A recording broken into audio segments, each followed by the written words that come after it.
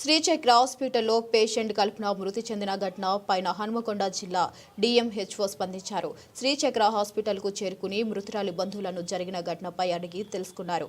TV ఛానల్లో వచ్చిన కథనాలను సుమోటాగా తీసుకుని విచారణ చేపడతామని మృతురాలిని బంధువులకు భరోసా ఇచ్చారు. ఇక ప్రైవేట్ హాస్పిటల్లో జరుగుతున్న ఫీజుల దోపిడీపై ఫిర్యాదు చేస్తే విచారణ చేపట్టి హాస్పిటల్ యాజమాన్యంపై కఠిన చర్యలు తీసుకుంటున్నామంటూ హన్మకొండ జిల్లా డిహెచ్ఎంఓ అప్పయ్యతో పాటు మా వరంగల్ ప్రతినిధి హరికృష్ణ ఫేస్ టు ఫేస్. శ్రీచక్ర హాస్పిటల్లో జరిగిన ఘటన పైన హన్మకొండ జిల్లా డిఎంహెచ్ఓ అయితే స్పందించారు. శ్రీచక్ర హాస్పిటల్కి చేరుకొని కూడా ఏదైతే పేషెంట్ మృతురాలు కల్పనకు సంబంధించి కూడా ట్రీట్మెంట్ విషయంలో కూడా పూర్తిగా శ్రీచక్ర హాస్పిటల్ యజమానంతో కూడా చర్చ జరిపిన పరిస్థితి ఉంది. వాళ్ళకి సంబంధించి కూడా కల్పన మృతురాలకు సంబంధించిన కల్పన కుటుంబ సభ్యులకు కూడా భరోసా ఇచ్చిన పరిస్థితి ఉంది. ప్రస్తుతం మనతో పాటు హన్మకొండ జిల్లా డిఎంహెచ్ఓ అప్పయ్య గారు మనతో ఉన్నారు. అసలు శ్రీచక్ర హాస్పిటల్లో ఏం ఘటన జరిగింది, కల్పన చనిపోవడానికి ముఖ్య కారణాలు ఏంది, అసలు వారిని అడిగి తెలుసుకునే ప్రయత్నం చేద్దాం. సార్ చెప్పండి, శ్రీచక్ర హాస్పిటల్లో జరిగినటువంటి ఘటన పైన మీరు ఎలాంటి విషయాలపైన మీరు ఆరాధిస్తున్నారు, అసలు ఏం జరిగింది? నేను అంటే ఓవరాల్గా తెలుసుకున్న వాళ్ళ సమాచారం మేరకు పేషెంట్ చాలా క్రియాటిన్ లెవెల్ అంటే కిడ్నీ పరిస్థితి బాగలేని కారణంగా అంటే యూరిన్ అవుట్పుట్ లేని కారణంగా మా దగ్గర తీసుకొచ్చారని చెప్పారు.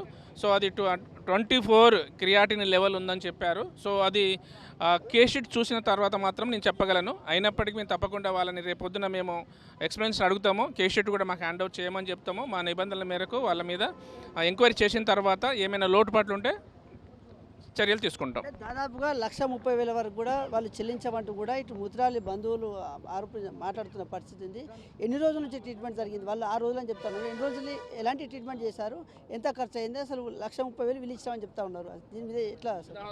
దానికి సంబంధించిన ఆధారాలు నేను అడగలేదు. నేను తర్వాత దాన్ని సేకరిస్తాను.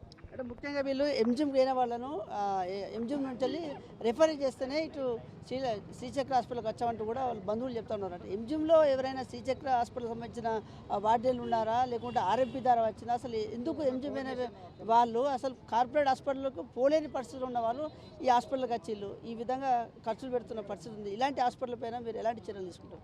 అంటే ఎంజిఎం నుండి రెఫర్ చేస్తున్న వాళ్ళకు వీళ్ళతో కుమ్మక్కయింది అని అనడానికి ఆధారాలు లేవు.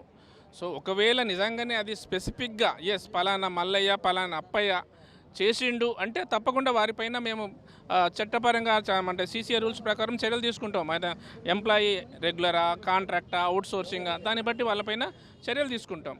ముఖ్యంగా ఈ హన్మకొండ జిల్లా వ్యాప్తంగా కూడా ప్రైవేట్ హాస్పిటల్ యాజమాన్యాలు అయితే పేషెంట్ల నుంచి అయితే అడ్డగోలుగా దోసుకుంటున్నారు కూడా ఆరోపణలు వస్తున్నాయి. మీ దృష్టికి వచ్చిన పరిస్థితి ఉంది. మా S6 న్యూస్ ఛానల్ కూడా మొన్న గతంలో కూడా వార్తలు ప్రసారం చేసిన పరిస్థితి ఉంది.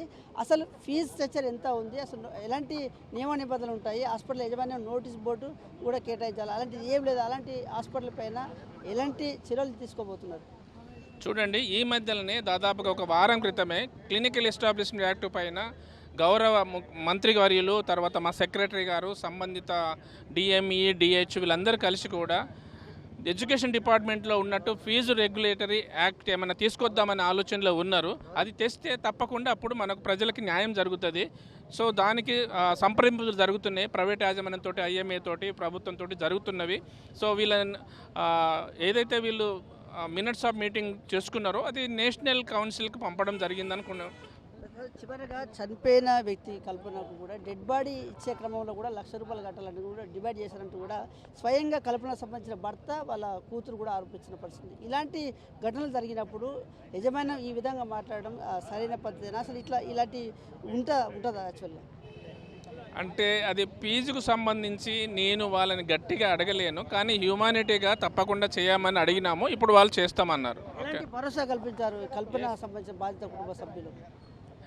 అది భరోసా అంటే నేను ఏదైనా మా చట్టం అంటే ప్రకారమే వాళ్ళపైన చర్య తీసుకుంటాం హాస్పిటల్ పైన చెప్పడం జరిగింది వాళ్ళకు.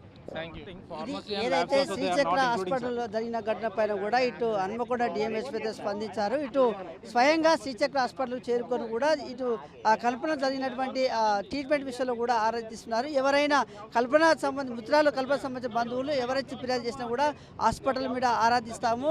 ఇటు ఫీజు ఏదైతే ట్రీట్మెంట్ సంబంధించిన ఫీజుల విషయంలో కూడా నోటీస్ బోర్డు మీద పెట్టాల్సి ఉంది. అలాంటి కొన్ని నియమ నిబంధనలు పాటించని వారిపైన కూడా కఠిన చర్యలు తీసుకుంటామంటూ కూడా ఇటు హన్మకొండ డిఎంహెచ్ఓ అప్పయ్య గారు మాట్లాడుతున్న పరిస్థితి అయితే శ్రీచక్ర హాస్పిటల్ వద్ద ఉంది. Video journalist Sudheer Krishna, S6 news, Warangal.